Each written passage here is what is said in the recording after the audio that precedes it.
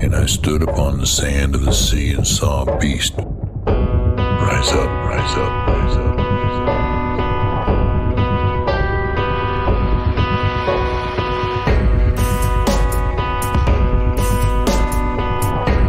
Who is able to make war with him?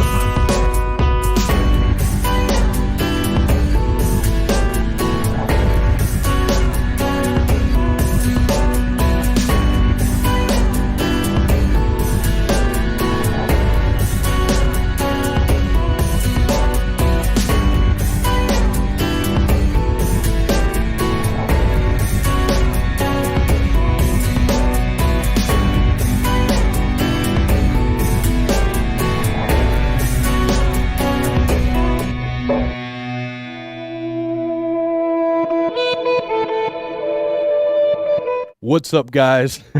We are live, and David's getting his headset on, so I'm showing his picture to prove that he's here, but we are live, and so we different setup this time, but we're both here, okay, guys, and that's our fault. We were talking before this. There's so much going on in the world today. You're definitely not going to want to miss this show.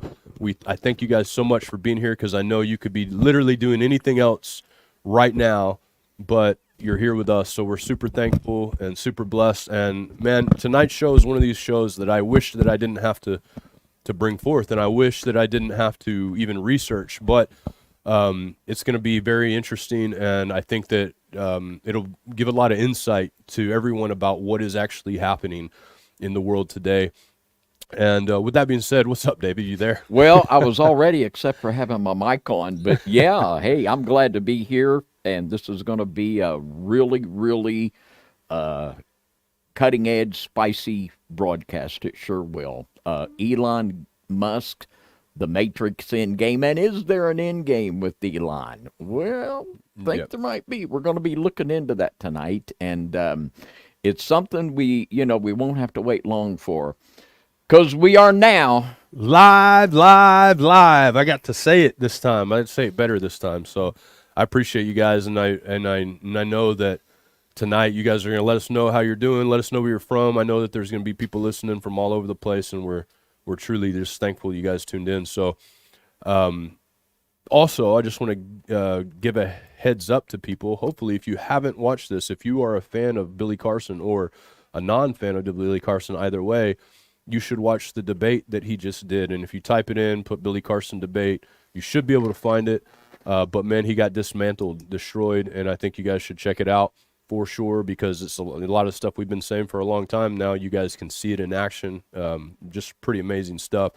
Also, I want to, be in prayer. Let's be in prayer, because in Syria right now, major wars going on, also across the whole entire Middle East. But some developing things have happened, and if anything new develops while we're doing the broadcast, we'll be sure to present it to you guys. And other than that, David, one more thing. If you guys are into the Book of Enoch, me and David have been doing the Book of Enoch Bible study, and we've been going through the entire Book of Enoch from start all the way almost to finish. We're getting very close to finishing the whole thing, but a lot of the broadcasts are up there. Just uploaded a new one last week and the week before, so you guys make sure you go check those out, because right now, during this time period, the Book of Enoch's written for the time period of the end. It's written for our generation, I believe. And, on our website, this is a way you can support us as well. If you want to try your first month free and see what all there is on the website other than the Book of Enoch video commentary, you can use the promo code FREENOCH, FREENOCH, and make sure you guys go check that out if you're interested. There's other ways you can support there as well in the description. David, let us know about FOJC, what you guys have going on this weekend. Well, I don't want to say, too, I just thank God. That's the judgment of God with Billy Carson being dismantled. I tell you, to find someone that's more antagonistic toward the living God and the people of God, it would be hard to find someone more destructive than him. I praise God for that. Yep. And tomorrow night, I'm praising God on Sunday Night Live, FOJC Radio, Underground Church. Brian Reese and I will be doing The Terminator Decoded. We'll be back tomorrow night looking at the Terminator on Mystery Science Theater. It's going to be frosty, so join us for that. All right, David, are we ready to get popping here? We're ready. All right, so let's get popping. For you guys that this is maybe your first time viewing or you haven't been able to view for the last month or so, these 3 episodes, this episode up here on the left is the one we're doing tonight, and then the Trump and Cipher and 2025, You Need to Know. All of these 3 episodes actually kind of go in tandem together because they are very related in their content. And so tomorrow night, I'm actually going to be putting all 3 of them together in a marathon for you guys to check out if you're wanting to watch them all together, because they go together very nicely. In fact, they put together a really, really, really good picture. All of them are individual topics, but you'll see how they all meld in together. And so be on the lookout for that. If you haven't subscribed, hit the subscribe button so you don't miss it. Okay, so tonight we're going to be talking about some things that really take some further investigation than just a basic look at things. I watched, I would say, I don't know how many videos, I would say over 100 videos about Elon Musk, including videos he's put out, including interviews that he's done, including just shows that other people have done trying to, bring out things about Elon Musk. And most of the ones I saw, I didn't really feel like were really as, I guess, intricate as what I would have liked, and so I figured, okay, well, I'm going to do a broadcast about it because I think that people need to understand the whole scope about not only Elon Musk, but what is actually coming. And so I'm going to read these verses to you. In Daniel 2:22, it says, He revealeth the deep and secret things. He knoweth what is in darkness, and the light dwelleth with him. Jeremiah 33:3, and this is speaking to Jeremiah, but this is the kind of things that you can expect out of the God of the universe. He's the one who reveals things through this Holy Spirit. And Jeremiah 33:3 says, Call unto me, and I will answer thee, and show thee great and mighty things which thou knowest not.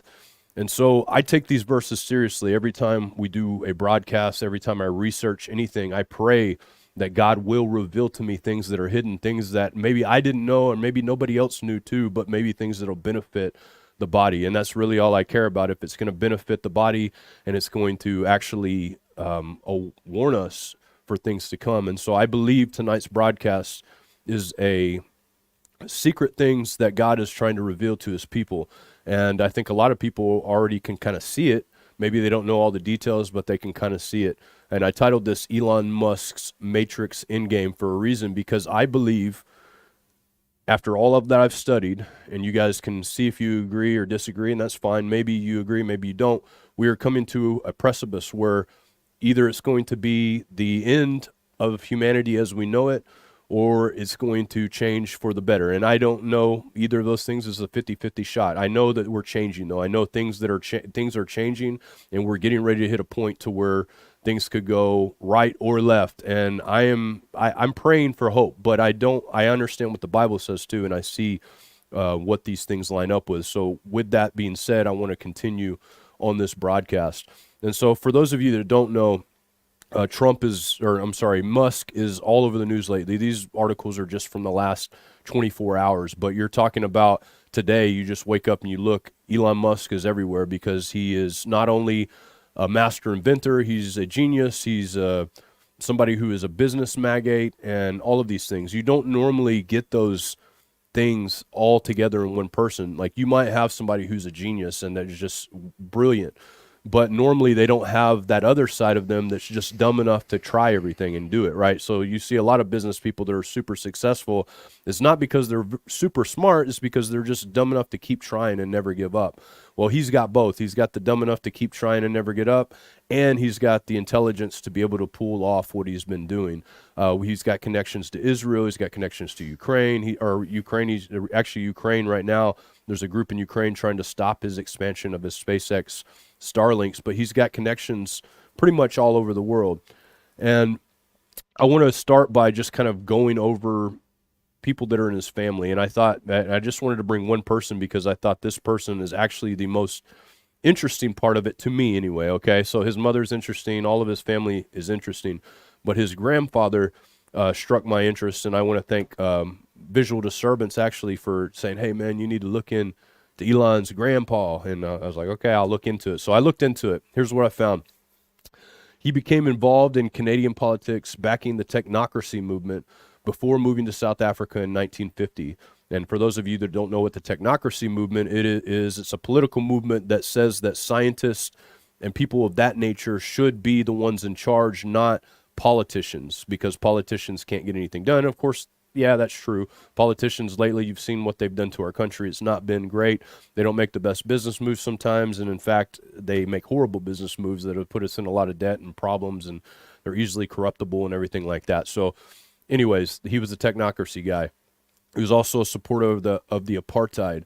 And during that era, Haldeman formally made statements discouraging the previously prevalent anti-Semitism in the party. However, he also gave a speech defending a decision by a party newspaper to publish the Protocols of the Elder of Zion, an anti-Semitic forgery, supposedly. I'm reading what this article said.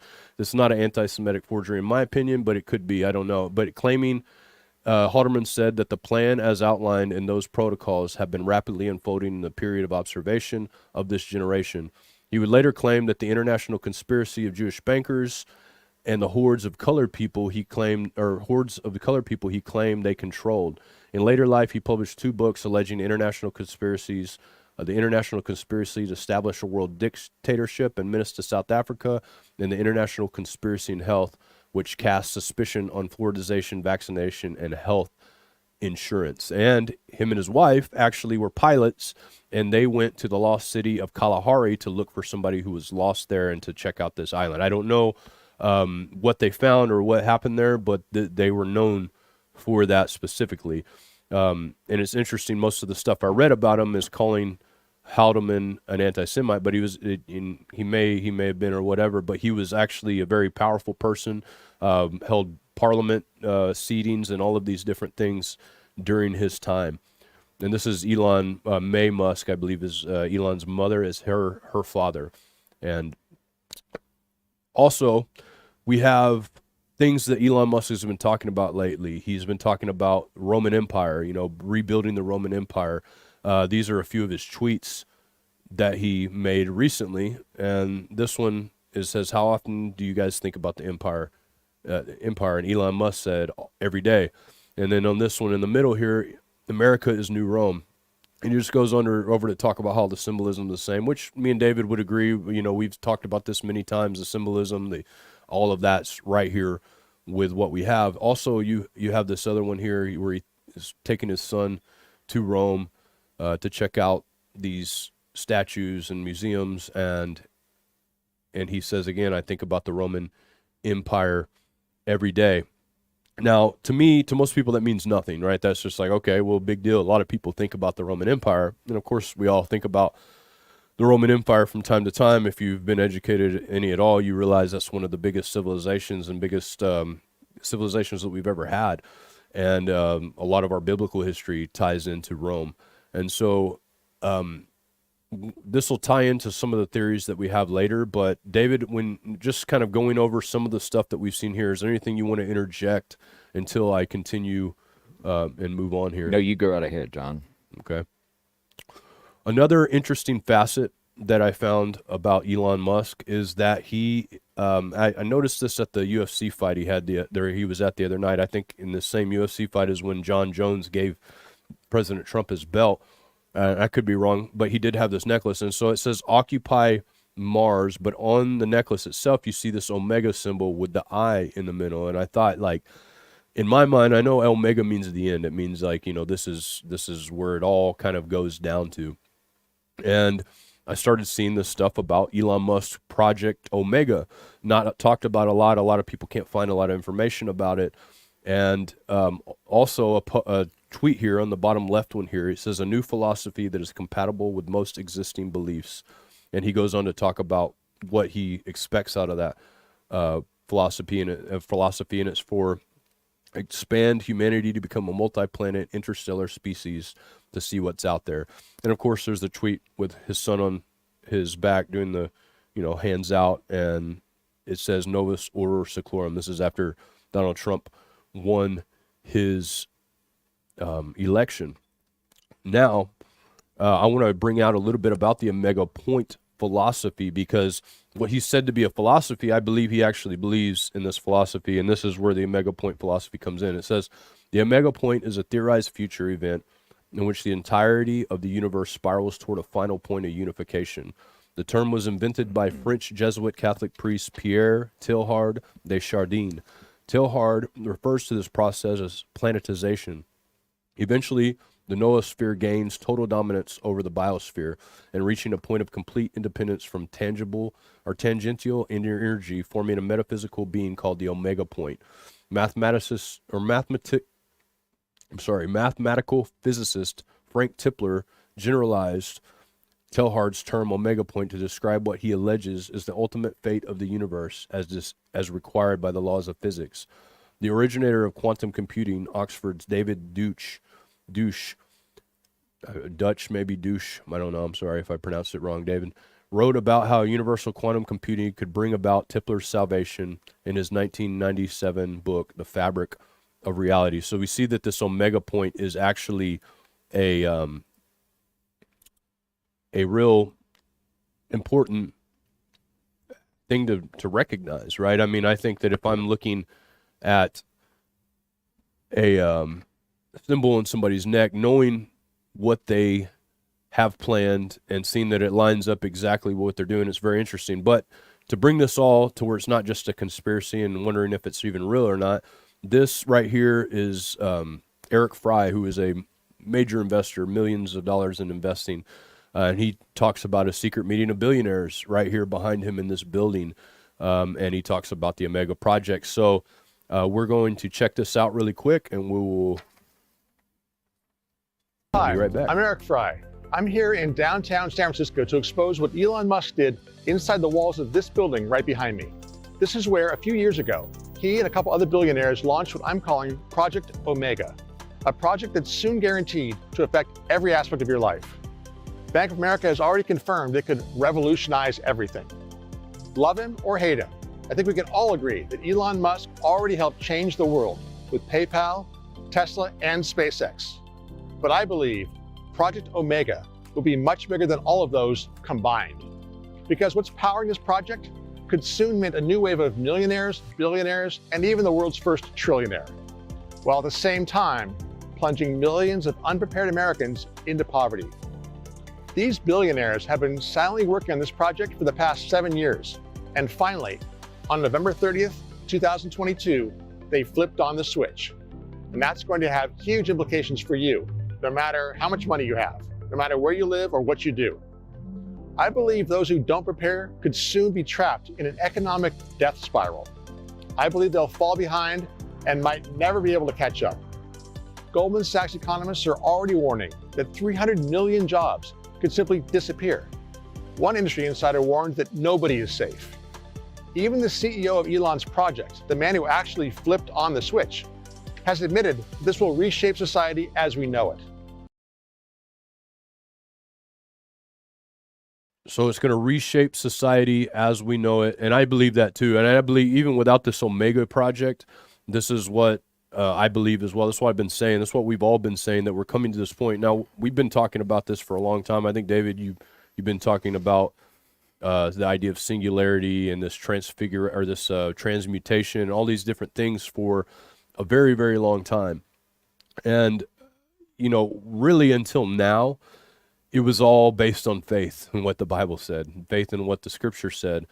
And I've been talking about it myself since 2012, right? You know, it's all based on what this is, because I used to study this technocracy. In fact, it's interesting because I'm related actually to Francis Bacon, and not that I'm saying he's a great man or anything. I don't know. I know a lot of people speak ill of him. I've read his books, and he has, you know, things that are bad. But nonetheless, I want to say what he was into was the forging of technology. He was into that. He was supposedly a Christian, but about technology. Now, I believe that technology can be good to a certain extent, but it also can be very deadly and it can end mankind. And so we have to be very careful.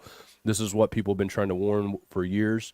Francis Bacon wanted to bring in the new Atlantis. He was an occultist. When I say he wasn't a bad guy, I don't know if he was evil. Like, I don't know if he was out there sacrificing kids or doing anything like that, but he had opposing beliefs to what we believe, right? He was, from what I understand, he was an occultist, maybe even a Rosicrucian, possibly higher than that. and they wanted to form the new Atlantis, but he was also a technocrat. And so when you see these technocrats keep popping up over time, and we're starting to see a technocracy takeover, it's time to pay attention, because that's basically if you look at World War II, at one point the occult sciences were in fact the main focus point of that regime, right? They took control of the lodges and everything so that they could gain all of the knowledge that they could possibly do. And I'm not smart enough to say, is this technology man-made? I'm not smart enough to say that. I wish I was, because there's a lot of it I don't really truly actually understand when it comes to how quantum computing even works, how you put together a quantum computer, what makes it work. And I don't think I'm the only one. I've heard a lot of people that are actually in quantum computing that maybe don't even fully understand what they're talking about. So we have a lot going on right now that could be fallen technology, which is something that happened before, and we read about it in many ancient texts, including the scripture, including the book of Enoch, and including other mythological texts. Or I'm sorry, the Bible I don't believe to be mythological, and I don't even believe all these other books are mythological. So let me rephrase that. I believe these history books, right? Some written by the enemy, some written by the God of who we are. David, before I move on, this is going to be a longer video. Do you have anything you'd like to add to this? Well, this is extremely disturbing, because when Teilhard de Chardin, who was a Jesuit Catholic theologian, when he coined the term omega point, what he was doing, he was giving the Catholics a place to plug in to the ancient beliefs of the mystery schools. And the mystery schools have believed this for many years. It's called Luciferian initiation by some in the New Age, that when everyone gets this Luciferian initiation, everyone will just come together. And it's called by some the cosmic consciousness. It's like in the old miniseries when Shirley MacLaine was running up the beat saying, I am God, I am God, when everyone realizes the divinity within them. This is the purpose of Rosicrucian Masonic and Theosophic initiation. When we were in Denver, John, we were talking with the Kabbalistic rabbi, and he told us that when enough people had their third eye open, the Messiah would come. And this is all the same thing, omega point, when people, and it's a spiritual thing, and all of the technology ties into it, the transhumanism and the singularity and all of these things. These are accoutrements that are driving toward the reaching of this spiritual thing. And for us Christians, this would require the elimination of Christianity and the elimination of all fundamentalist religious beliefs. I agree, and it's becoming, at this point, well, I'm just going to continue because I want you guys to watch this first, and then we'll talk more about that particular subject here later on in the broadcast. These have to do with, well, first, before I play the video, one thing that I would say about Elon Musk is that he seems like a very pleasant person. I really, really do believe that after hours and hours and hours and hours and hours of watching footage of him. I believe that he's a happy person. I don't believe he's a Christian, but I believe he's doing his best to make humanity better. And that's what he wants to do. He may not understand the implications or may not want to understand, or maybe he does. But what I would say is we don't know his intention. We don't know his thought. I'm not going to call the man evil because I believe he's doing exactly what he's supposed to be doing here on earth. Now, we don't know who gave him that power to do it, but I would imagine there's only one that can give somebody the power to do what he's done. And so we're going to be talking more about this. We're going to be talking about who he is, how a lot of the things he says openly don't necessarily line up with some of the stuff that he's done behind the scenes. Also, some of his connections with powerful people. Now, keep in mind, if you watch this whole broadcast that I'm getting ready to show you, I'm only going to show you 10 minutes of it, and it's edited, but it's on Valuetainment. Patrick Bet-David interviews Whitney Webb. And Whitney Webb, man, I mean, this girl, she reminds me of the female version of David Carrico. She can literally spout out information. I've not seen too many people like it. Let's just put it that way. But she has this information backed up. And so I want you guys to see this. My concern becomes when somebody that's been, here's what I'm for this, I'm for that, I'm for this, we got to get off of advertisers, we got to be doing all subscription. All of a sudden, You bring in a advertising agency, a veteran in the marketplace to go and get advertisers. And you know she's a BlackRock, edifying Larry Fink, edifying fake news is not real. Yeah. Did something happen? Did they find, or like that's the part that kind of throws me off sometimes. He won't bring up the fact, well, at least reporters seem to have forgotten that Kimball Musk, his brother, who's on the board of Tesla and SpaceX, was introduced to a member of Epstein's entourage who had dated Epstein and lived at the apartments on 301 66th Street East, where all these traffic girls lived. A girl from there starts dating Kimball Musk, and somehow Epstein is allegedly granted access to SpaceX facilities and tours, and then is allegedly advising Tesla, according to the New York Times reporter James Stewart, who was told by someone else that Epstein was advising Tesla, and then goes before Epstein's 2019 arrest and most of his public infamy, goes and asks him about if the rumors were true, and Epstein says yes. And this is during a time when Musk is saying he's trying to secure capital to take Tesla private, I believe, and this was allegedly involving one of the Saudi wealth funds of the Saudi government. And at that time, Epstein was a very, very close advisor to Mohammed bin Salman, who had recently come to power. And if you remember back to when the Epstein story the scandal sort of broke in 2019, it wasn't just talking about his townhouse having all these pictures of him and Clinton. There were a lot, probably as much as Clinton, of Epstein with MBS, Mohammed bin Salman. What's the relationship? That's pretty random for a Jewish businessman with maybe ties to the Mossad to be doing business with the Saudi kingdom, MBS? Yes, but Mohammed bin Salman was brought to power in a way that was very uncharacteristic for Saudi Arabia. You know, there it's not father to son hierarchy, right? It's like seniority within the royal family. Usually it's like elderly uncles that become the next crown prince and whatnot. And he was very young, in his 30s, when he came to power. And he hammered out things like the Abraham Accords with people like Jared Kushner. He was texting Jared Kushner all the time, who, of course, has a very close relationship with the Netanyahu family, for example. So, again, that seems rather uncharacteristic as well. And it's very possible that, given the geopolitical plays in the Middle East and North Africa, a lot of that often has to do with, people that are either for or against Israel. What government's going to shifting the balance of power there, normalizing relationships with Israel.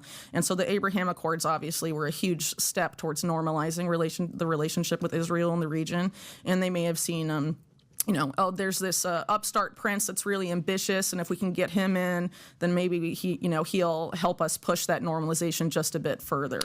So, there's a lot of question marks there, but it seems to me that may have been something to do with it. And I also think this might be the thread to pull on to find out the real reason Epstein was arrested in 2019, because if you think about who MBS took out, Mohammed bin Nayef, that guy was very, very close to John Brennan, who was the CIA director. And John Brennan was very unhappy with MBS's rise to power. And if you have Epstein close to MBS, John Brennan, who's also a big guy behind Russiagate and all of this stuff, and around MBS, you have Kushner, right? You have Epstein. It seems like there's two intelligence-linked factions sort of duking it out. And if Epstein was on one side and the other side sort of wanted to send a message to that side, This the article I think you're talking about. Jeffrey Epstein claimed he was helping Elon Musk find a new chairman for Tesla. This That's is part one of the of stories. it. Yeah, that's one of the stories. The challenge becomes sometimes when you're seen, people love to jump to conclusion and say, well, this is what's going on. The part I want to isolate is the following with Musk. I think what Musk is doing, 100% there's the argument of what he's taking from public, government funding, SpaceX, all this other stuff, even Tesla. He has to answer to that, and that's part of capitalism where you're getting money, all this stuff. That's a different story. The part that I want to isolate is him being linked to what Epstein did with the curls. There is nothing there with Musk. No, not that I've seen with the girls, Right. but there are significant business ties. And what I just mentioned is part of that. Another part I cover in my book, it's related to these brothers that worked for Epstein and his brother Mark Epstein at OSA Properties, which has been tied to the sex trafficking operation, those apartments I mentioned earlier, owned by OSA Properties.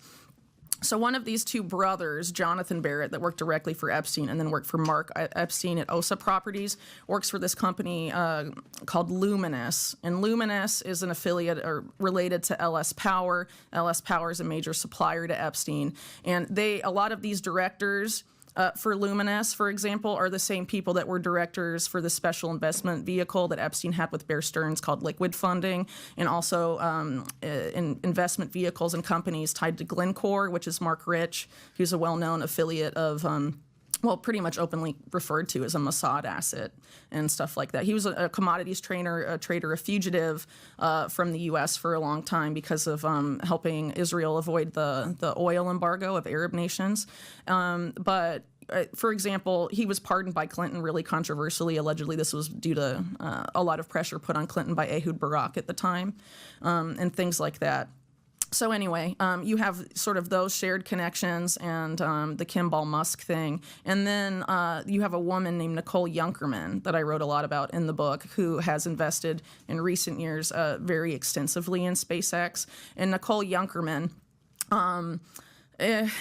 maybe I should backtrack a little bit before getting to Nicole. So basically, what I note in my book is that there's the sex trafficking operation of Epstein everyone knows about, but there seems to have been another parallel operation that he used for influence ops, I guess you could say, involving women, but they were of age. They were women that were well educated in some cases, and probably most of the cases, but at least a few cases we know about, Epstein financed their graduate education and helped connect them. They ended up marrying or dating powerful people sort of in his circle. So allegedly Trump is one of these guys, right? So his girlfriend before Melania, Selena Middlefart, Epstein was taking her Terrible with him. last name. Yeah. Horrible. Horrible name. Well, she's Norwegian. Spell that. She's Norwegian, so maybe in Norway. So it's like a P-F-A-R-T. No, it's fart. It's spelled fart. It's Middlefart. Yeah, she's a Norwegian heiress, very tragic. attractive despite the last name, I guess. Yeah, so that probably helped her out. Good for her. That Yeah, was good. Yeah. but she and a couple of these other women that Epstein was taking to the Clinton White House in the 90s ended up marrying very powerful people. And she dated Trump, and then allegedly Melania was introduced to Trump by Ghislaine and Jeffrey Epstein. Wow. They claimed that. Who claims that? I think it was either Ghislaine or Jeffrey Epstein at some point before their infamy. They're saying but that's how Trump met Melania. there's that allegation that they were introduced to each other, But the modeling industry thing with Epstein and Ghislaine, remember, this is before they were infamous necessarily, at least publicly. And Trump likes models. I think we all know that. That's right? not breaking news. Yeah. But I mean, it's not like it was, oh, look, meet Melania, who's underage at the time. Right. It wasn't like that. So again, if you're trying to secure influence with powerful people and you don't think they're susceptible to your sex blackmail op involving minors, you can be the matchmaker that sets them on the path to marital bliss, right?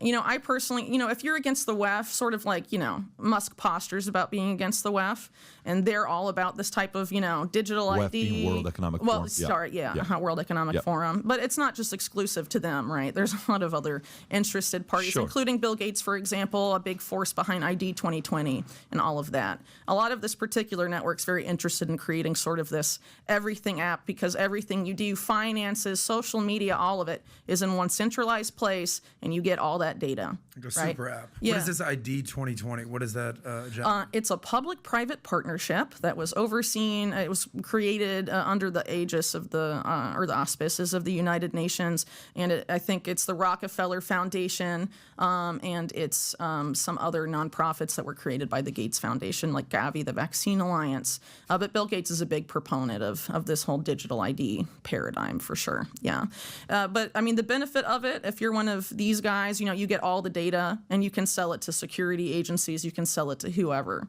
right? Because if data is the new oil, that's the way to make money. So you get everyone's data on that app. That's one thing. But at the same time, keep in mind, too, Musk is a military and intelligence contractor.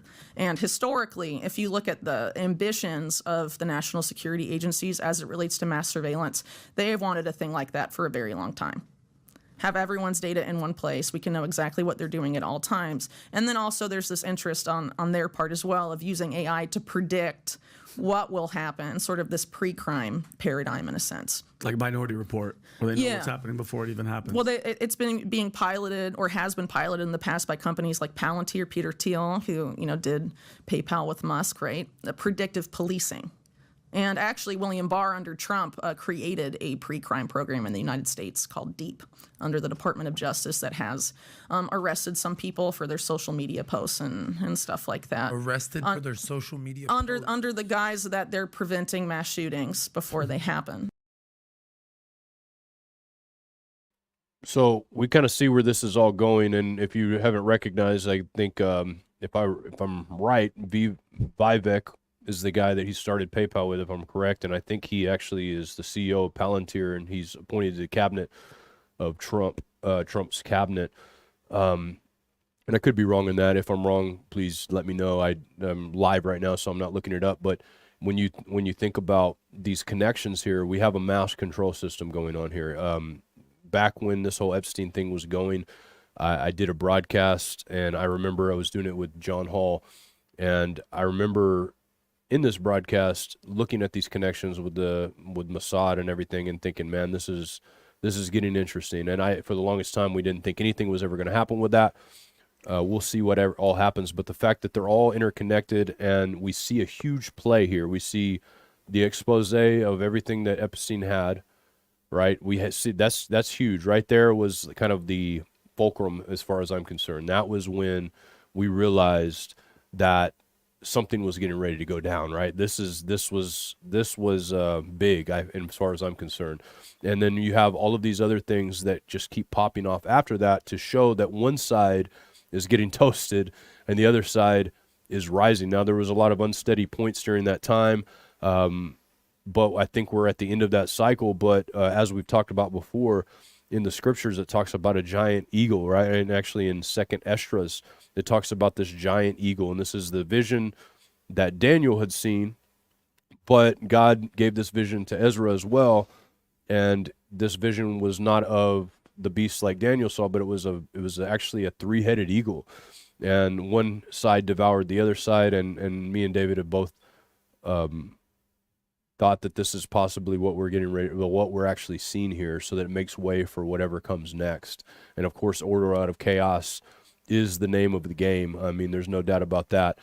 David, that was a long video, and I know you were writing notes, so I'm going to give you the floor for a second. Well, what I fear we might be hearing in the near future, like Miss Webb mentioned here, the Abraham Accords.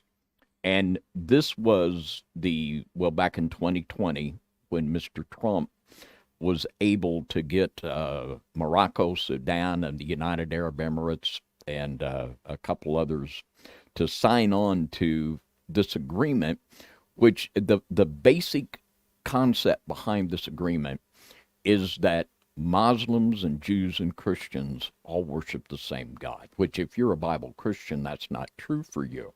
But right now in Syria, and Mr. Trump and Mr. Kushner, they played upon the animosity between the United Arab Emirates and Iran over a dispute over 3 islands in the near the Strait of Hormuz, which are very critical.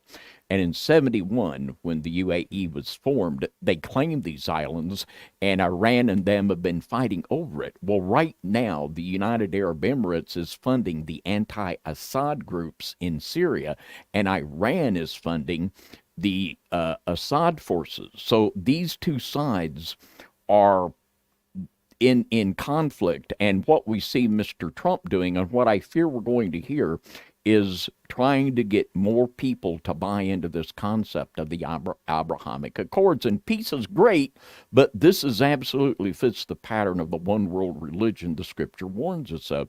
And what I fear we're going to hear in the near future is the Noahide laws being put forward as the solution to bring all these religions together. It is fitting too good, and I wouldn't doubt if we don't hear something said more directly by Mr. Musk and Mr. Trump about this in the near future. Yeah, I think it's, I've always thought it's either going to be Noahide laws or it's going to be do as thou wilt type. One of the two is going to happen. Lawlessness is either going to go through the roof, or Noahide laws are going to be instituted and all of that. So I think maybe one after the other, we'll see. We'll see what happens. But there's definitely, that seems to be, at least for the people that are on this team, that we're talking about here, Elon and Trump and all of the people that are surrounding them, that this is possibly the result that they're going to do. Now, I don't know. I've heard people say that Elon Musk is anti-Semitic, believe it or not, and actually Benjamin Netanyahu came to meet with him one time because of a post that he made. And this is interesting considering who his grandfather was.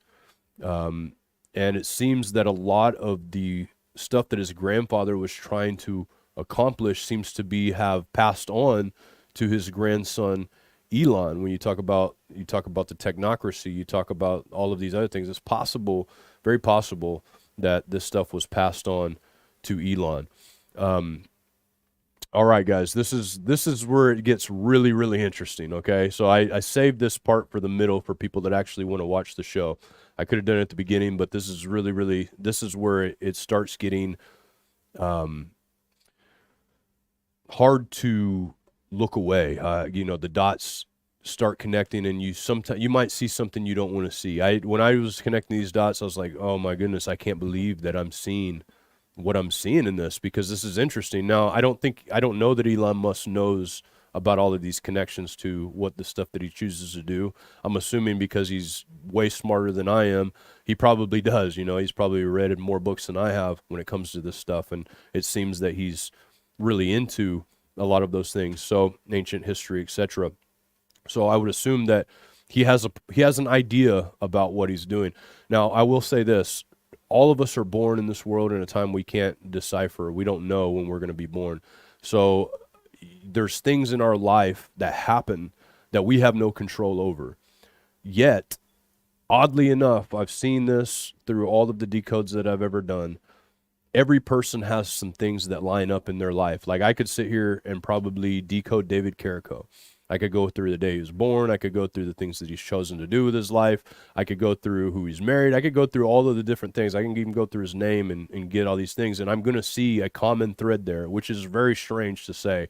I've never known this until recently, that they're going to find a common thread of really strange coincidences with literally everyone you try to decode, including myself. I even did one on myself just to see what I could find, and I was like, whoa, how did I not know any of this? Like, what is going on here?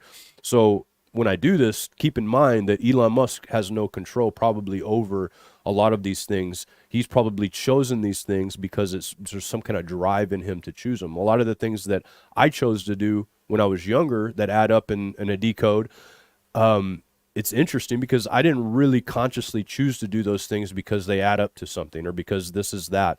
I did them because of an urge inside of me, right? There's this humanistic urge before I was a believer to do anything and everything that I could to solve the problems with my own flesh, make as much money as I could, be as successful, all of the different things that a humanist would do. I see this in Elon Musk, and so therefore there's going to be signs. I think God did this for a reason. I think he put this stuff in people so that we can actually understand who they are. And if he didn't want us to do that, I don't think he would have told us in Revelation to calculate the number. Those who have wisdom, let them calculate the number of the beast. So if we weren't supposed to look at people in these manners, I don't think that Jesus would have told us to do it in Revelation. And every time I'm calculating something, I'm always calculating to see if this person is the beast. So anyways, with that being said, let's get moving here. Okay, we're going to talk about the X. This is a huge thing in Elon Musk. He has several companies that are X. He has the platform X.com, which is now PayPal, but it was X.com before it was PayPal. Now, of course, he uses X.com for X. If you go to X.com, you're going to see what used to be Twitter there. He co-founded the Space and Exploration Technologies Corporation, or SpaceX. Musk, along with engineers at his fellow companies Tesla and OpenAI and other big tech companies, Google and Microsoft, launched artificial intelligence company XAI Core with a goal to understand the true nature of the universe. Musk announced the rebranding of Twitter, a popular social network. I just talked about that. He acquired it for $44 billion and made it X. Okay, so we're going to examine this X the best we can. And I examined it through every ancient alphabet everything that I could find and see what the meanings are on this. So the first one we're going to start out with is the Greek, and you guys can figure out which one he is trying to take on by these things. In fact, it may be all of them. If we read them all, we start to see a common thread. So in the system of Greek numerals, it has a value of 600. In Plato's Timaeus, it is explained that the two bands that form the soul of the world cross each other like the letter X. And this is basically boils down to the idea that the soul of the world is the earth. And this is why we see, I think this is why we see Elon being so driven by to save the earth, to put electricity, to do everything he can to gain energy. And in fact, I think that's one of the reasons he wants to go to Mars, which we'll talk about later, because of the deposits that he can use to make his batteries. At least that's what he believes is going on there. Another version of the X here is the crook and flail of Osiris. In esoteric teachings, this is a law of karma and the law of continual cycle that cannot be broken. In basic understanding, X is the law of cause and effect, which we shall reap what we sow. And Elon's been saying that he's bringing in this reaping what you sow law. He's going to do his best to do it, right? In a spiritual school of Egypt, the letter X symbolizes the crook, the heka, and the flail, Neheka, of Osiris. The crook identifies Osiris as the shepherd of sheep, while the flail is used as the tool for separating grains from their husk in farming methods.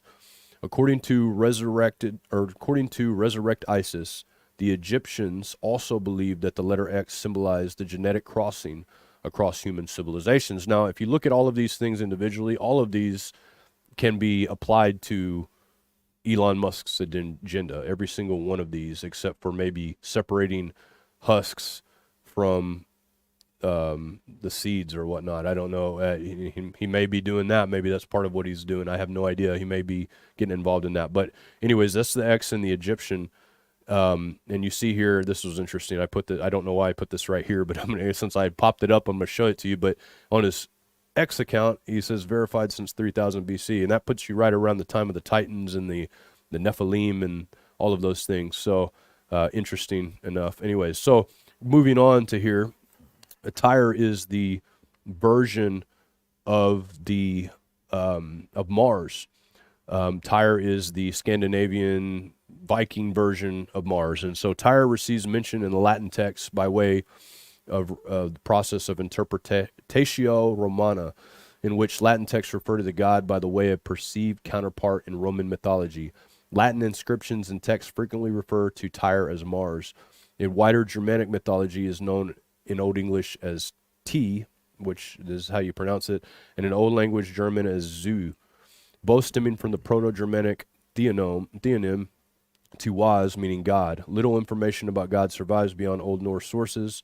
Tyre could be the eponym of the Tiwaz rune, which is basically a Latin letter T. So I thought that was interesting because this god Mars, that is actually called, in different languages. And to explain that a little bit, the languages were split at the Tower of Babel.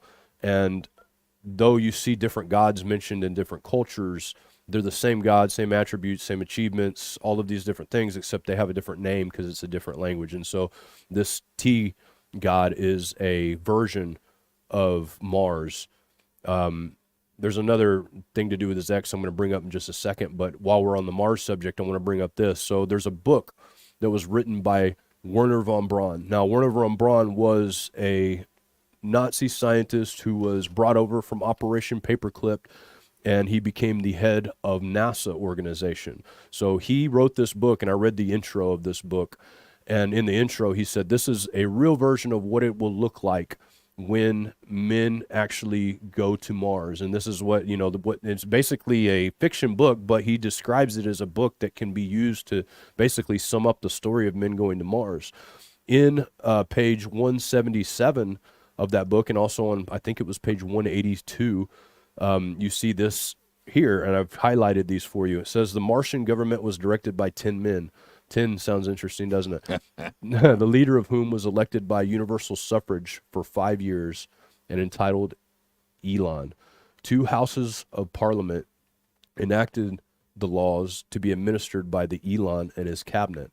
The upper house was called the Council of Elders and was limited to a membership of 60 persons. each being appointed for life by the Elon, as vacancies occurred by death.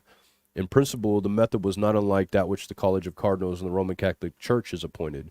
Usually, the Elon chose historians, churchmen, former cabinet members, and successful economic leaders who could offer lifetime of valuable experiences. So there's more about that, not a whole lot more about Elon himself, but about the government on Mars, the people that are going, etc.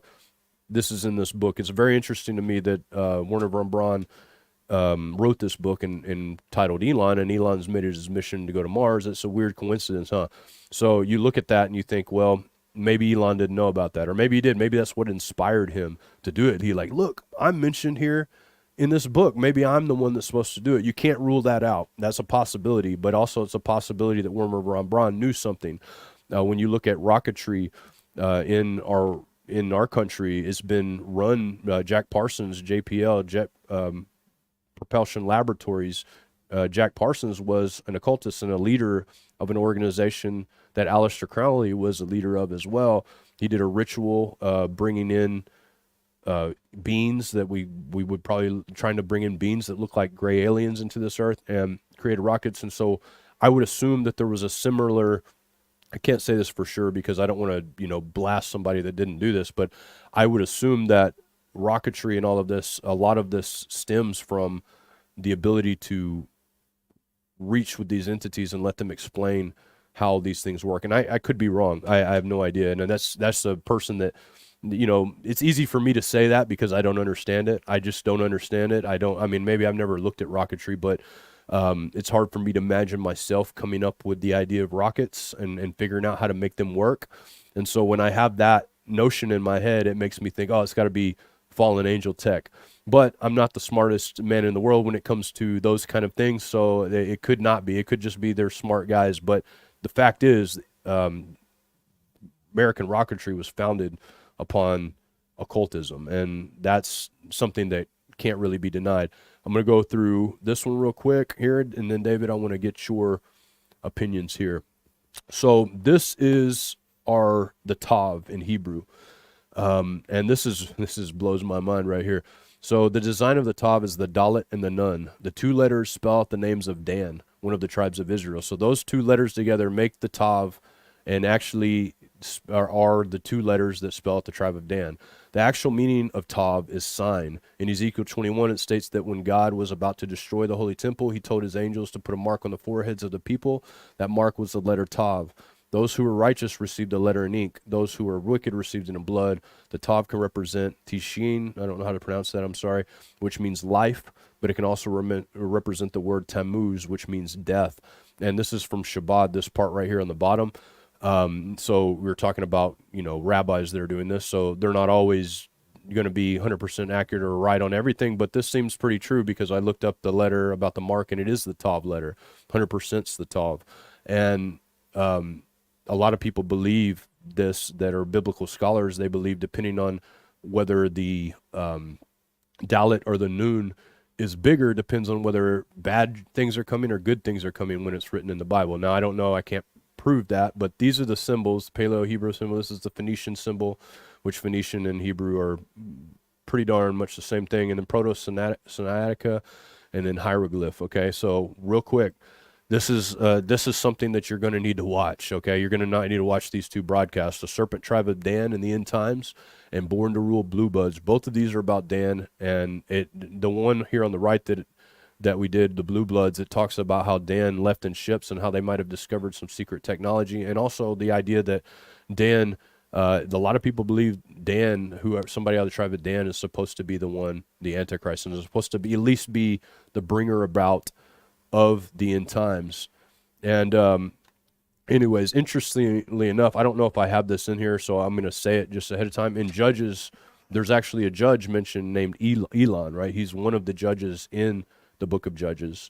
And all of the judges are represented by this Tav symbol. So we have, symbolically, we have someone coming to, I would say, almost absolute power. I would say that now that there's not going to be many restraints on him, that at least that's what I understand, that's what he believes. That's what Trump believes. That's the biggest problem he's had is regulations.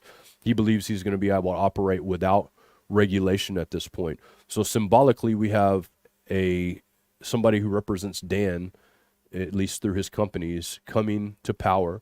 We also, if you look at the Egyptians, somebody who's bringing about cross-genetic transformation, and then somebody in the Greek, it's talking about karma and about bringing in reap what you sow. Karma is just not a believer's term. It's a Indian term, Vedic term for the laws of cause and effect. But in the Bible, it says you reap what you sow. And he's stated that he's going to do that as well. So we have the judge tie-in on the Greek, and we have the judge tie-in in the Hebrew, and then we have the genetic crossing tie-in in the Egyptian symbolism. David, I'm going to give you the floor for a second. Well, it's stunning. It's even more stunning than Mr. Trump dating Miss Fart. Yeah. That in von Braun's book, the ruler of Mars is called Elon. That's crazy. Mm-hmm. And it's, with Mr. Musk being in SpaceX, it would be unthinkable that he's not read von Braun's book. And then sure he shows has. up at the MMA fight with the Let's Colonize Mars t-shirt. Yeah. Well, in the book, the Martians are superior to the Earthlings because of their technology, which ties in with the whole technocrat theme. Now, in where that taw is used in the 8th chapter of Ezekiel, it talks about, the 9th chapter and the 4th verse. And the Lord said unto him, go through the midst of the city and through the midst of Jerusalem, and set a mark, or a taw in the Hebrew, upon the foreheads of all the men that sigh and cry for all the abominations that be done in the midst thereof. And of course, this ties in with the righteous of the 144,000 that are marked in their foreheads in Revelation chapter 7 and 3. And as you say, we cannot perceive and know just exactly how Mr. Musk sees himself, but how he presents himself and how he thinks of himself doesn't concern me very much. All of the leaders in Nazi Germany presented themselves as very suave, eloquent aristocrats, every one of them. And I think that perhaps even the most evil of people don't perceive of themselves as evil. But everything here, and is this X? Does somehow Mr. Trump or Mr. Musk see himself as the protector of humanity by what he's doing? And he most certainly does, David, for sure. He said that many times. Yeah. And that's noble, but the problem, everything about this is not the agenda of God, it's the agenda of the beast, every bit of it. Yeah. There's a fear that I see in him, that I think I see in him as well, and I think that's the reason in his mind. And of course, there's things driving him. Like, I'm not naive to think that there isn't things driving him, but people don't normally. There's evil people out there for sure that want to hurt people and want to do evil. I personally don't see that in him. I think he is going to bring evil, but he doesn't know that it's evil. To him, this is great, because if you look at it from a humanistic standpoint, man, what could be better than a way that you don't have to type passwords anymore? You don't have to carry around a wallet. How many times have we lost our wallet? How many times have we forgot our password? Somebody's hacked our account. How many times have we lost somebody? People get lost and you don't know where they're at. But if they've got this technology, boom, we can find out where they're at, right?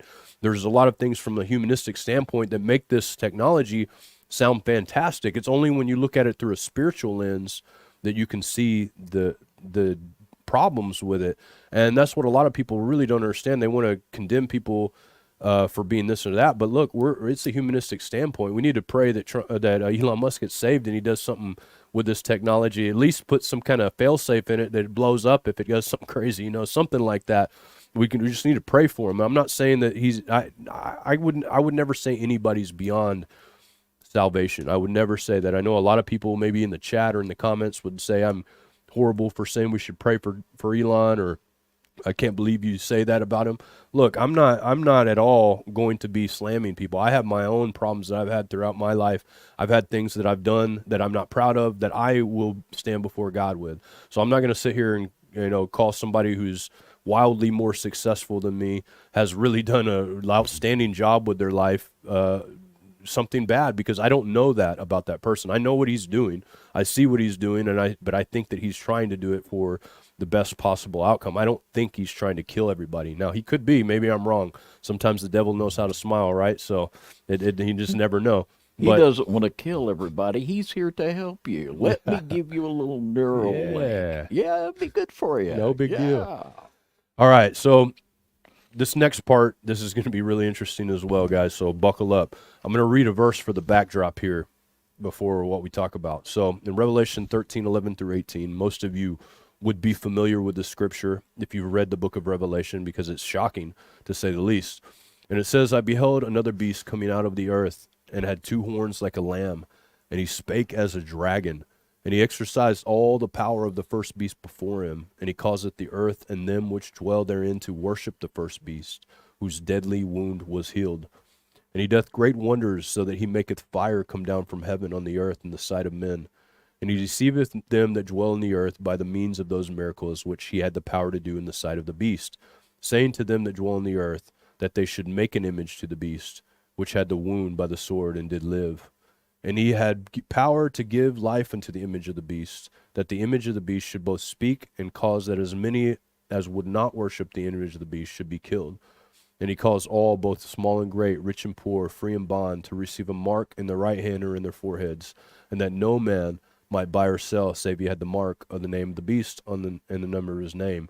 Here is wisdom, let he that hath understanding count the number of the beast, for it is the number of a man, and his number is 666, so 666. And so we have a lot of stuff here. I'm not going to go through every little aspect of it. David, if there's anything at the, after we bring this fourth part you want to go through on here, but keep this as a backdrop, because you're going to see a lot of these things playing out in what's coming. Okay, this right here is Greg Epstein, a humanist chaplain at Harvard University. He says he's the prophet in chief of this new wave of highly religious technology that is dominant force in the current Republican coalition. Epstein said, I would say that traditional Christian preachers are still a pillar, of course, of Trump's administration and what it stands for, but they've at least been joined, if not superseded, by a different style of preacher. Musk has come to be a kind of papal figure among tech moguls, Epstein said. Though he has readily invested in AI, Musk has voiced concerns about its potential cataclysmic dangers. Musk is also given to apocalyptic visions of ferrying humans to Mars, avoiding our extinction by being biplanetary. Now, something that verse that I just read with you, a lot of people would describe that describing the false prophet, the one who brings life back to the beast, does miracles in the sight of people, brings even the beast back to life, sets up an image of the beast. That's what most people would say that verse is talking about. David, am I wrong about that? No. Okay, so now we've got this guy saying Trump is kind of a prophet of the scientific world. Now, this video that I'm getting ready to show you, this is EI speaking to in front of a bunch of business magnates, people who lead business, some in Saudi Arabia, some all over, oil barons, etc. And he's going on this podcast. This is shortly after the election, not too long ago. And he clearly gives his visions of the future. So if he is the false prophet talked about in the book of Revelation, let's see what he's prophesying. So here we go. Elon, we have a number of national leaders, corporate financial leaders from the Middle East here. What's your advice to decision makers here in the room that don't want to miss the AI transformation and will be part of the leadership of that AI transformation?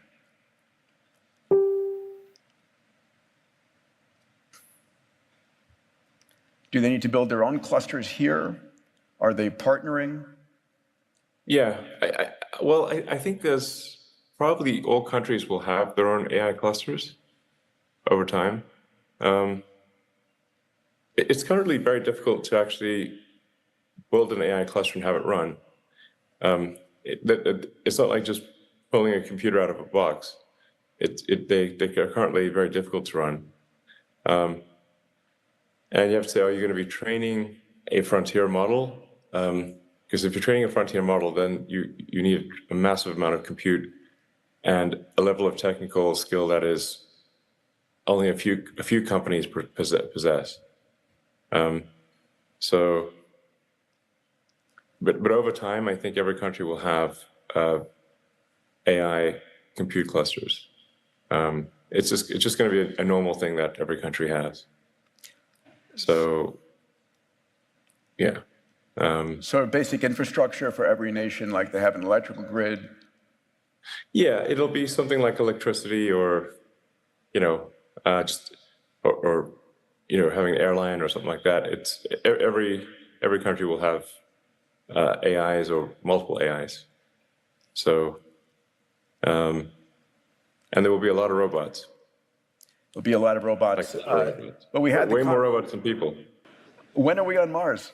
When is Starship on Mars? I think we'll be able to launch some Starships to Mars in 2 years. So at the next Mars window, which is in about 26, 27 months, we're just about to start, or we're at the beginning of a Mars transit window now, and they occur every 26 months. So just over 2 years, we'll be sending our first uncrewed Starships to Mars, and then if those work out well, and we don't increment the crater count on Mars, then we'll send humans 2 years after that. So a challenge to be on the surface of Mars before the end of the decade sounds like a reasonable proclamation for either for either side of the White House, hopefully. Yeah. I feel more optimistic about it with a Trump White House than a non-Trump White House, because the biggest impediment to progress that we're experiencing is regulatory is overregulation. Got to keep those whales and sharks safe. Yeah. Yeah, exactly. It just takes us. It takes longer to get the permit to launch than to build a giant rocket, and the bureaucracy in the U.S. has been growing every year, and has particularly grown under the Biden administration. And unless we do something to scale back the overregulation, I call it sort of, America is getting, and a lot of countries are getting slow strangulation from overregulation. And unless something is done to push back on that, it'll eventually become illegal to do almost any large project, and we won't be able to get to Mars. Give us some predictions on when we'll see Cybercab, when we'll be ordering a Cybercab. Yeah, well, Tesla, unsupervised full self-driving, we expect to be working in the U.S. next year with the Model 3 and Y. So you don't have to wait for the robo-taxi or Cybercab to for Tesla to release autonomy. We're currently expecting to exceed human safety levels in Q2 next year, and then substantially go beyond that thereafter. And so really it's just a software update to the cars to be able to launch our self-driving network. So we expect to do unsupervised full self-driving and start that in California and Texas, around the middle of next year. And then, we have 7 million cars on the road. We'll have 9.5 million cars by the end of next year. So, and eventually we'll have a fleet of 100 million plus vehicles, and they'll all be autonomous. The Cybercab with no steering wheel or pedals, we're expecting to reach volume production in 2026. So that's certainly interesting. But like I said, the actual launch of a robotic taxi, unsupervised full self-driving, is actually next year. And at the event, the Tesla Autonomy event, we had 50 cars, 30 Model Ys that were driverless, and 20 of the Cybercabs. And so autonomy is here, is what I'm saying. And and all cars will drive themselves. This is a no-brainer. And they'll get to where they're 10 times safer than human-driven cars, which will save, past 1 million lives a year globally. And then Optimus, starts limited production next year, 2025, and then should be in volume production in 26. And then we'll grow to, I think, ultimately be the biggest product of any kind ever. So, and I kind of agree with Ark Invest and Kathy Wood that autonomy, like the sort of robotic taxis, makes Tesla kind of like about a $5 trillion company. The Optimus robot, I think, makes Tesla a $25 trillion company. It's not even clear what money means in the future. We end up in a post-capitalist society at some point. Elon, you make we do sort of end up. It does become kind of post-capitalist, and like I said, and I know you agree with this. That we're, and looking at the most likely bright side, we're headed for an age of abundance where anyone can have any goods and services they want. It won't be a case of universal basic income. It'll be a case of universal high income is the most likely outcome. So you see what he's saying here. Basically, we're talking about a post-capitalist, people on Mars. Tesla basically takes over the world, and their market cap just gets so high it's above any nation's market cap. And you have more robots than people. All of these things said by Elon Musk. And the interesting thing to me about the Mars thing, and this is what stands out the most about him, because he's really, really dedicated towards SpaceX and getting to Mars. One thing that's said about Mars is supposedly has, what is the stuff you make batteries out of? I can't remember. The stuff that lithium is supposedly lithium laden. Now, when we talk about the planets, the Bible doesn't call them planets. It calls them wandering stars, and it also talks about celestial bodies. And David may not agree with me here, but I believe that the gods mentioned in Greek, in the Rome, and then even going back to Numalish, all of these, because they're all tied with constellations and stars, I believe these were the old stomping grounds of some of the sons of God. I believe this is where they may have lived in a place that they were a part of, and I look. Is it within the firmament? Is it in the firmament? We don't know that for sure. We know it's up there. We know it looks like it has land on it. We know it looks like it has, rings, or Saturn has rings, there's moons, etc. So we know there's something up there. Like, there's no doubt that something's up there. But I think that a lot of the fallen gods, he talks about his X.com being verified 3000 BC. That's the time of the Nephilim. Mars was a Nephilim. Mars was either a watcher or a Nephilim, and it's interesting to me because the Bible talks about in Jude that they left their first estate. What was their first estate? Did they have bodies of like star-like bodies? Did they have what was it that they left their first estate for? Is this entity driving Elon Musk to get back to Mars? Because I know this, the fallen ones desperately want to get out of the world. I don't think they're able. I think this is what billions and billions and billions of dollars has gone towards funding rocketry, funding towards shooting weapons up there, whatever they got to do to break through. This is what I believe they've been trying to do because they know that they're stuck here. God has enclosed them in here, especially the demonic entities. They can never die. They can never be, be full of water or food, right? They thirst and hunger, but they can't eat any of those things. They're just walking around, and their main goal is to put mankind down. Like, that's what they want. They want to take mankind and destroy them. The book of Enoch says they work against mankind. From the time that they died, they became spirits that went on earth, and they work against mankind. This is these Nephilim spirits. So you can't rule that part out of it either. What say you, David, about this stuff coming up? Well, when I put what we have here, we have the most powerful man in the world coming together with the richest man in the world, and perhaps the most intelligent man in the world for some reason. But when I put it to the smell test, I don't smell sweet incense. I smell sulfur and brimstone. And more robots than people, that's disturbing when we think about singularity and this certainty, according to all of the experts, the certainty of singularity, hello, Terminator, that's disturbing. But what's even more disturbing are the changes to humanity that Mr. Musk has proposed with his Neuralink and his other things that are with the transhumanist agenda. Well, that's definitely part of what we're getting ready to talk about with the Neuralink. So are you getting into the Neuralink here? In a minute, I am. Okay, Go ahead, well, I'll save the rest of my comments for later because there's you go right ahead, John. Okay. I don't want to get ahead of you. No, it's all right. Actually the next slide is Neuralink. This is okay. Well, you go ahead and I'll comment the rest of what I was going to say after that because.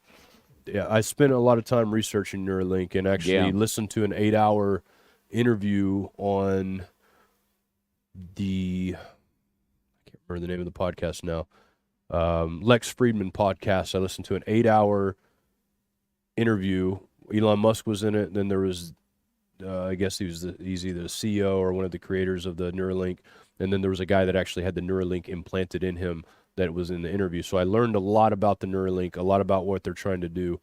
And so I put together this short video with Elon Musk, kind of giving the brunt of what he prophesies to be the future of Neuralink. Now, this is going to be a minute 40 video. So I'm going to play this for you guys real quick. Yeah, well, I mean, what are we but our memories? And what is death but the loss of memory? Loss of information. If you could say like, well, if you run a thought experiment, well, if you were disintegrated painlessly and then reintegrated a moment later, like teleportation, I guess, provided there's no information loss, the fact that your one body was disintegrated is irrelevant. And memories is just such a huge part of that. Death is fundamentally the loss of information, the loss of memory. So if we can store them as accurately as possible, we basically achieve a kind of immortality. Yeah. Do you think there will be a world in the next couple of decades where it's hundreds of millions of people have Neuralinks? Yeah, I do. Do you think when they see the capabilities, the superhuman capabilities that are possible, and then the safety is demonstrated? Yeah, if it's extremely safe, and you have and you can have superhuman abilities, and let's say you can upload your memories, so you wouldn't lose memories, then I think probably a lot of people would choose to have it. Well, we feel pretty confident that I think maybe within the next year or two that someone with a Neuralink implant will be able to outperform a pro gamer. Nice. Because the reaction time would be faster. So that kind of gives you the future that Elon Musk has in mind for what he's getting ready to do. And you have people calling him the Antichrist, obviously. This guy's a fighter. He went on PBD's show and a couple other shows calling him the Antichrist. And this video we'll watch after David makes his remarks. David, what do you have to say about that? Well, it is just 100% demonic and unbiblical to say that he's going to eliminate death. Death is just loss of memory. Well, one day Elon will find out that death is more than loss of memory. And as it is appointed unto man once to die, and after that, the judgment, according to Hebrews 9:27, and the scripture you read earlier in Revelation 13:14.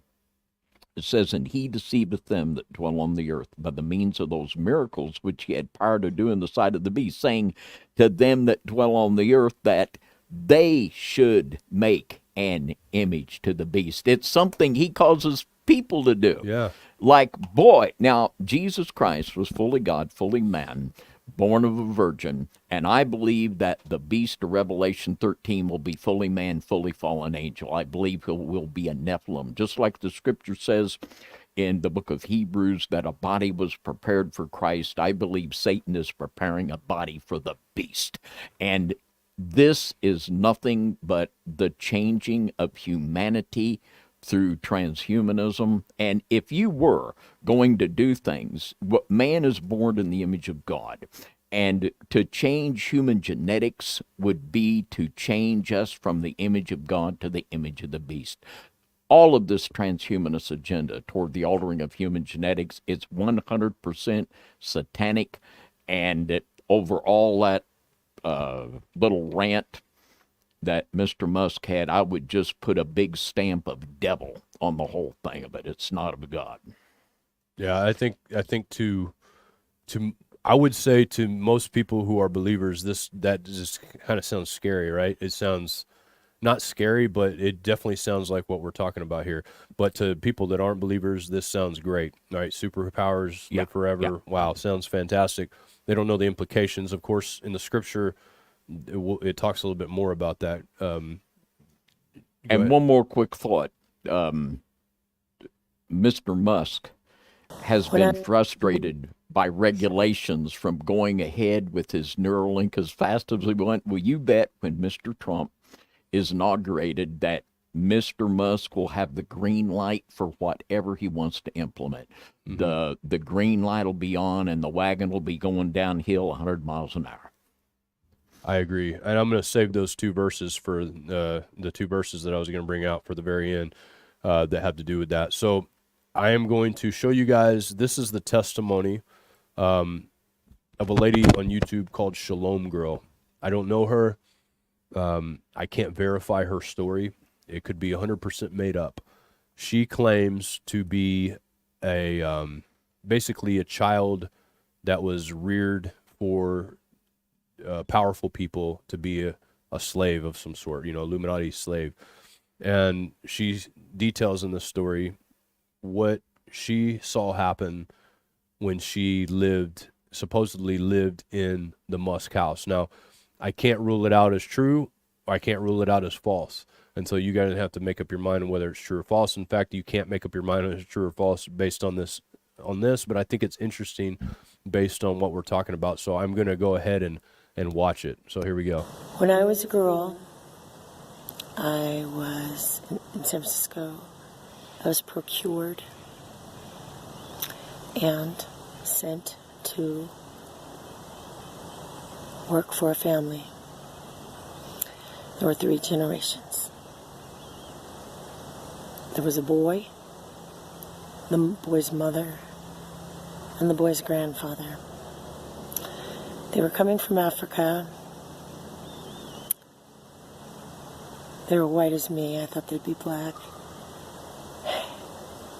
They were coming from Africa.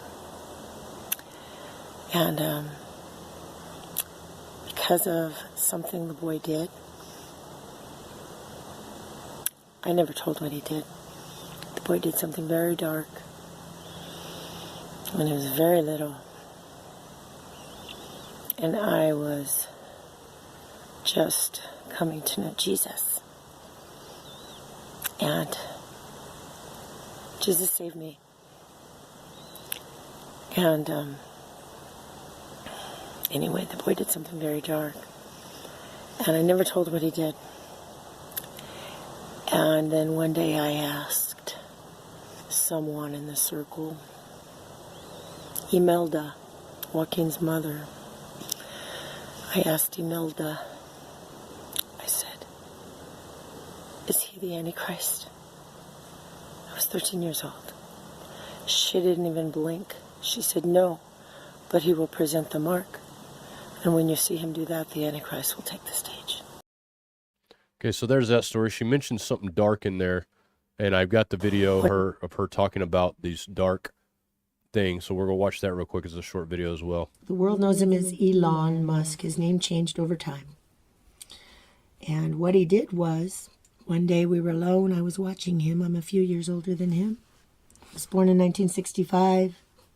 He was tiny. He was tiny as a 2-year-old. Tiny as a 2-year-old when he was supposed to be 8 or so. But, or 7.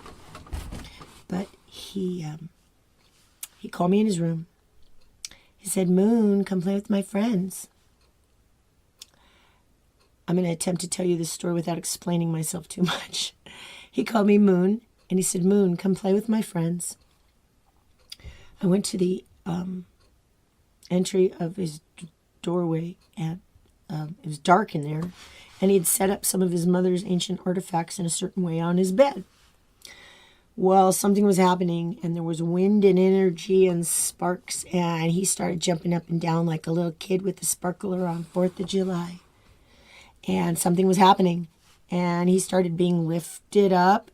Something opened up above his bed, above where he'd set this up. Something opened up, and a giant opened up, and you could see another world, and he was being lifted up, and I grabbed his little arm, and I was being lifted up, and we got sucked in there. And biblically, I think it was the abyss in Revelation 10. The abyss. I think that's where we were. And we went in there, and there was no bottom. And it was dark, but it was glowing.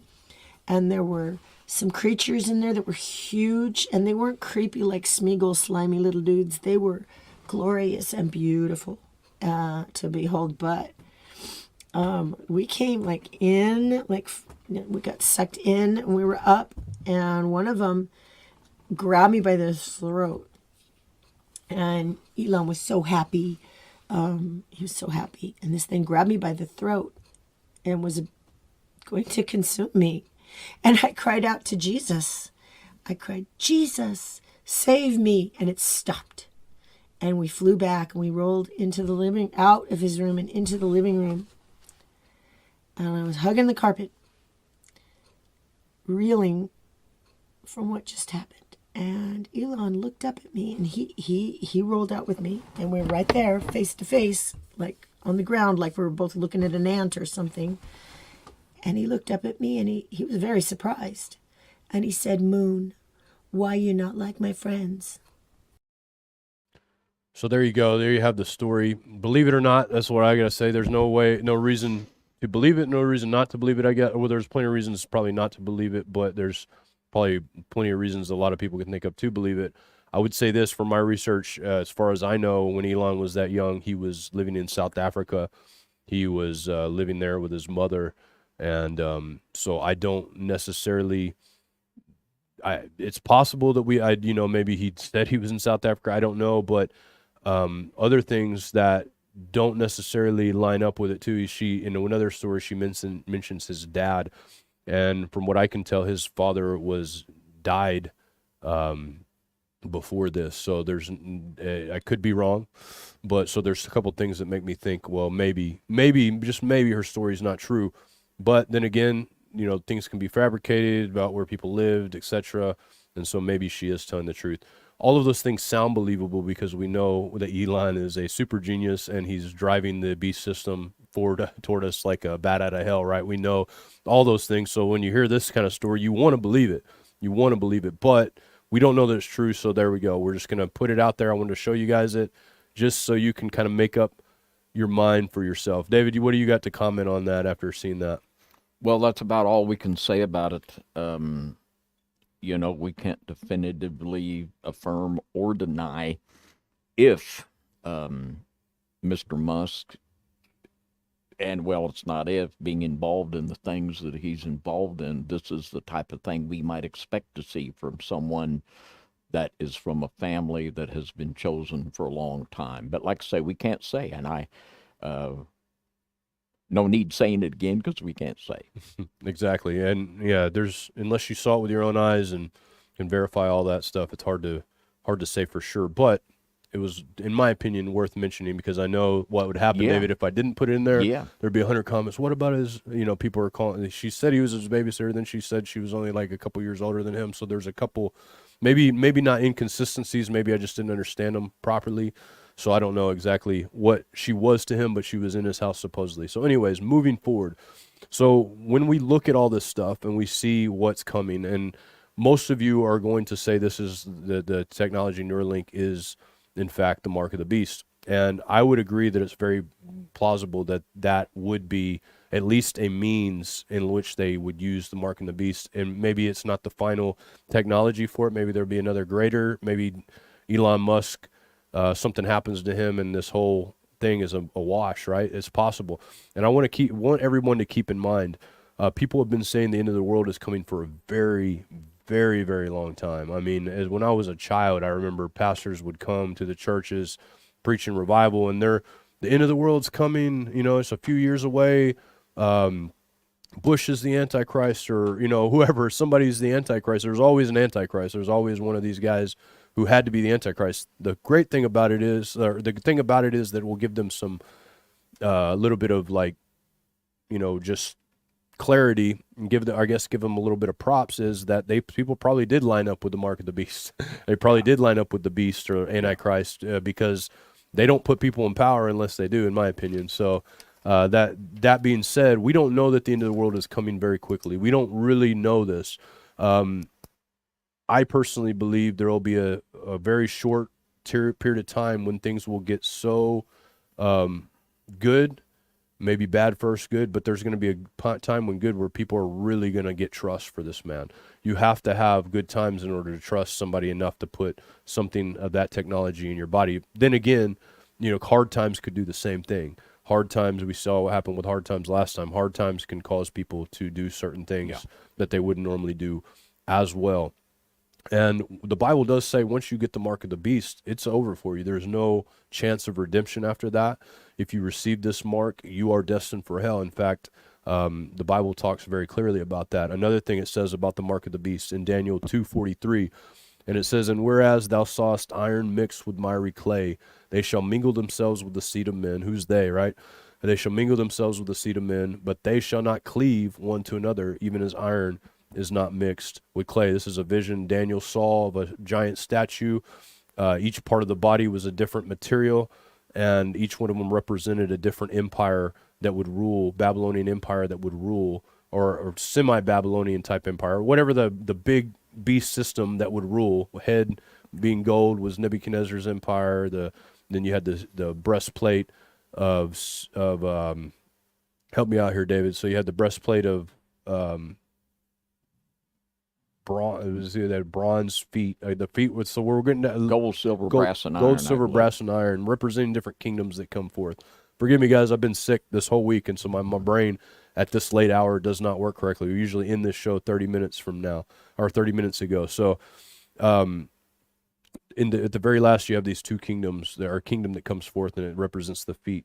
It's mixed with iron and clay, and Daniel sees a rock come down and bust it up, because it's not strong. It's a mixture of clay, which I believe represents humanity, and then iron that could possibly represent technology. At this point, it's almost hard not to see that that's what it possibly means.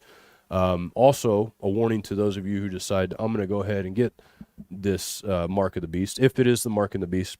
In fact, Revelation 16:2, "And the first went out and poured out his vial upon the earth, and there fell a noisome and grievous sore upon the men which had the mark of the beast, and upon them which worshipped his image." And so at some point, there's going to be a seal or a cup poured out that's going to cause a grievous sore on all those who receive it. There's a lot that the Bible has to say about that goes on during those times that we need to be aware of. We need to be aware that this is a possibility. I'm sure that people were saying, "Oh, you've given Elon too much grace." I'm just showing you this. Look, this is the possibilities. You can believe it. You can research it yourself, whatever. I'm not a kind of person that's going to tell you what to believe. I'm going to show you the evidence that I bring forth. I can only tell you what I believe. What I believe is I believe in Jesus Christ. I believe in his blood sanctifies us and allows us to live forever. And he is the true tree of life. He's the one that'll do that. And I believe that anybody who is pushing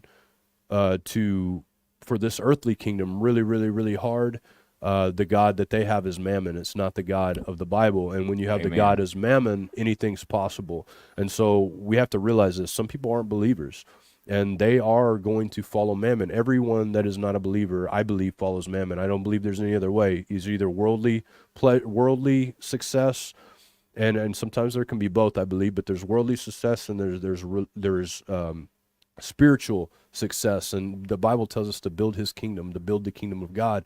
He also tells us his kingdom's not of this world, right? It's not here, or he would have had his angels come and save him, right? From what actually what the crucifixion, he would have had that happen, and he would have taken over the kingdoms, and he would have put them all to death if his kingdom was of this world. At that time, he went up to heaven, he was transfigured, and he was ruling at the right hand of the Father. So his kingdom is a spiritual kingdom, which it makes no sense to humanists. It makes no sense to people who are non-believers. Even if people often throw around the term they're demon possessed, this and that. I believe that every person who is not a believer is subject to being demon possessed at any point in time during the day. And so, yeah, Elon Musk might have demons, but almost everybody in the world that's not a believer has demons. In fact, there's some people in the chat right now that I'm sure have demons as well. That's why there's some, I don't know about the chat. I haven't been watching the chat. I watched it for a minute, and it seemed pretty civil. But, normally on nights we have people that come in here and just bringing really accusations, to, saying people are evil, devils, and all this for no reason, just going at it. And so their demons use even hyper-spiritual people as well, hyper-religious, let's put it that way. Hyper-religious people, demons are even almost sometimes more prominent in their lives. And so we want to be very careful to be people that others can point to or non-believers and say, that guy has something different. That guy has something that I want, because salvation comes like this. It's not just, oh, you believe this and now what, and you say a prayer and it's done. What happens is a transformation takes place.